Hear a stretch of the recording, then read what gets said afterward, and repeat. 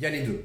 Tu vas voir, c'est relativement simple. En Python, tu vas avoir deux types de données. Les primitifs, un chiffre, du texte, et les complexes. Par exemple, un dictionnaire qui va contenir d'autres informations.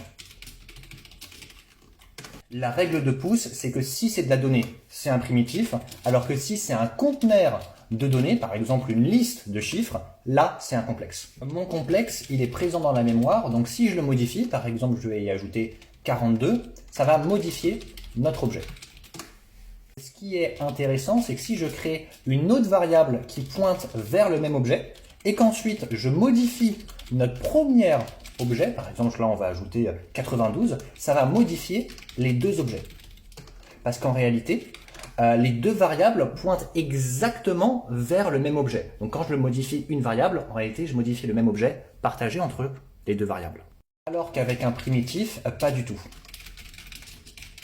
Si je modifie notre première variable, que je mets un autre nom, genre Jean, mon premier nom va avoir été modifié, mais mon second nom, non. Pourquoi? Quand on a créé la variable Jacques, ça a créé un nouvel objet dans la mémoire et ça lui a assigné une adresse, par exemple l'adresse x32, et après ça a créé une variable qui a dit écoute, la variable name pointe vers l'adresse x32.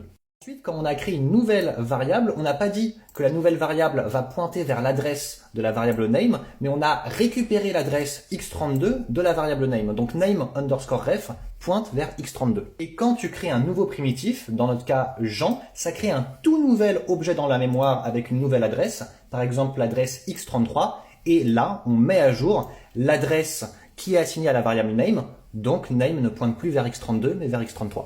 La donnée n'a pas été copiée entre name et name underscore ref, c'est juste que là un nouvel objet a été créé et une nouvelle adresse a été assignée à la variable name et que name underscore ref, elle n'a pas changé d'adresse. Alors que quand tu modifies des objets complexes, que ce soit une liste, un dictionnaire, l'instance d'une classe, peu importe, tu vas directement modifier l'objet lui-même sans créer un nouvel objet qui va être mis dans une nouvelle adresse mémoire. Donc toutes les variables qui pointent vers le même objet vont être mises à jour parce que l'objet même a été modifié.